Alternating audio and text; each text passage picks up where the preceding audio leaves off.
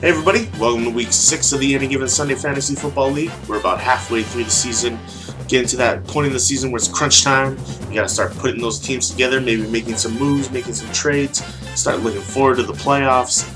There's a lot of teams who might be thinking, hey, maybe next season's my season. But as far as everybody at the top, we got some competitive games going, and it's been a good season so far. Well, let's start with a recap of week 5. We had the Keystone Crew taking on the Fluffy Mexican, winning 139.65 to 100.3. Arian Foster showed up in the game. Finally, I'm sure Keystone's been waiting for this game from Arian Foster, but he shows up, 157 yards and 2 touchdowns, earning him 32.7 points in the victory. Beats by Ray Rice is in the win column this year. Congratulations, Beats by Ray Rice.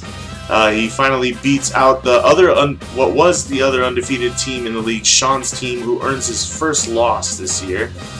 Kevin had a big game out of Russell Wilson with 122 rush yards, 201 pass yards, and 2 touchdowns in the victory. Moving on to the next game, Driller and Spiller taking on Mean Mama, or should I say the Chode.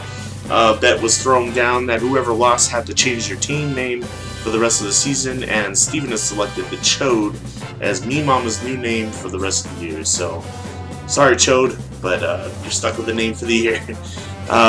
Driller and Spiller wins that game 129.4 to 120.8. He had a huge game from Demaryius Thomas, who showed up, broke a receptions record, went for 226 receiving yards and 2 touchdowns. So a monster game from Demaryius Thomas, helps him pull out the victory in that game. Jay's team took on Colin's team this week, winning 121.55 to 80.8. He also had the biggest blowout victory this week with 40.75 points over Colin's team. He had some help from Andrew Luck and Eddie Lacy in that win, and it moves him into 7th place in the league with 2-3 record, going on a 2-game win streak. Jazzle Dazzle, lone first place person in the league with 5 straight victories, undefeated, 578 total points. She's on fire right now.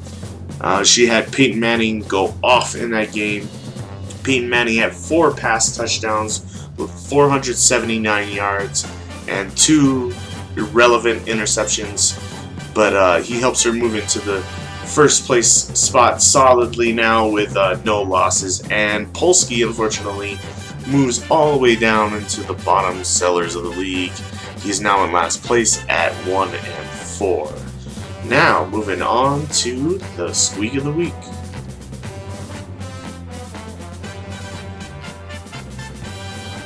Alright, squeak of the week time, and now what can I say? I like tuning my own horn, but the commish pulls out another squeak of the week this week. Hopefully somebody else can grab it next week, but this week belongs to me. I took on, the Jameson Fartknockers took on Detroit Rock City this week, winning 100.1 to 96.35, earning me the win by 3.66 points.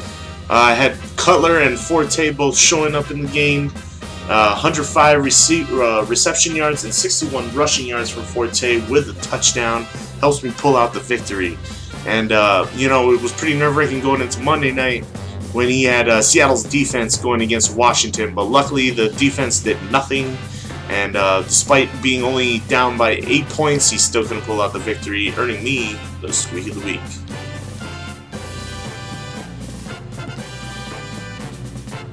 Alright, moving on to the highlight of the week. This guy plays for Driller and Spiller in our league. He also plays for the Arizona Cardinals in real life.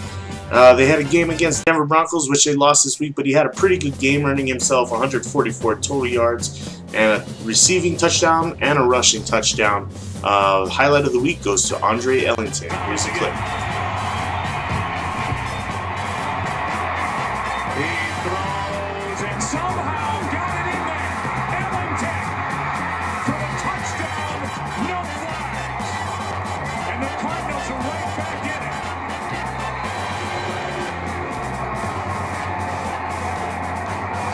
Thomas put that ball in there, and what a catch by Andre Ellington.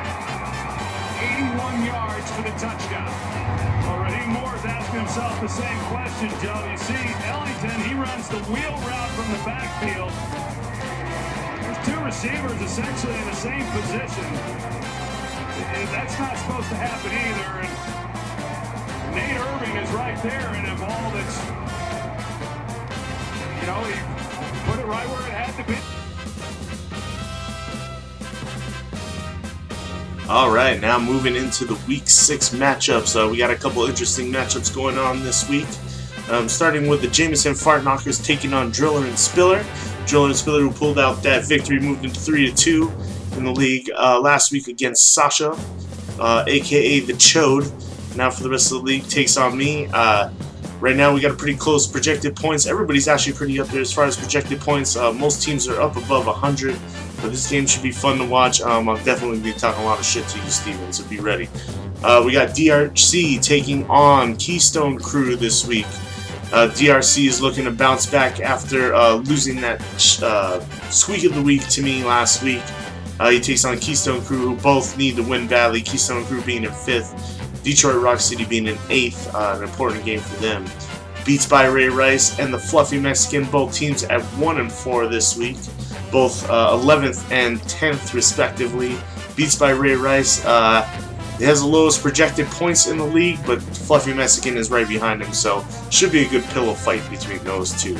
Jay's team looks to keep his streak going against Jazzle Dazzle this week. Jay is on fire, as is Jazzle Dazzle.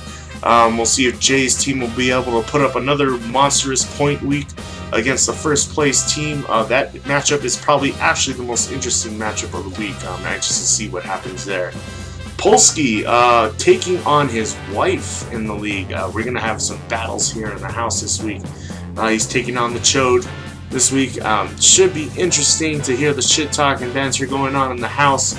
Maybe to the point of annoyance, but hey, that's fantasy football. It'll be fun, especially on Sunday. Colin's team is taking on Sean's team. Sean's team looking to bounce back from that loss last week. We're hoping Colin's team can put up a fight. He is ahead in the projected points, 106.4 to 101.06. Should be a fun week, guys. Well, good luck to everybody. I hope to see you in Week 7.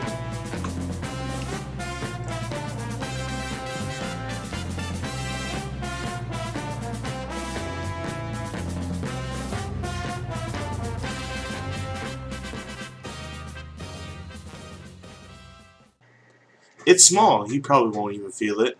It's fat, though. At least I can tear the shit out of the rim like a Kickstart tuna can.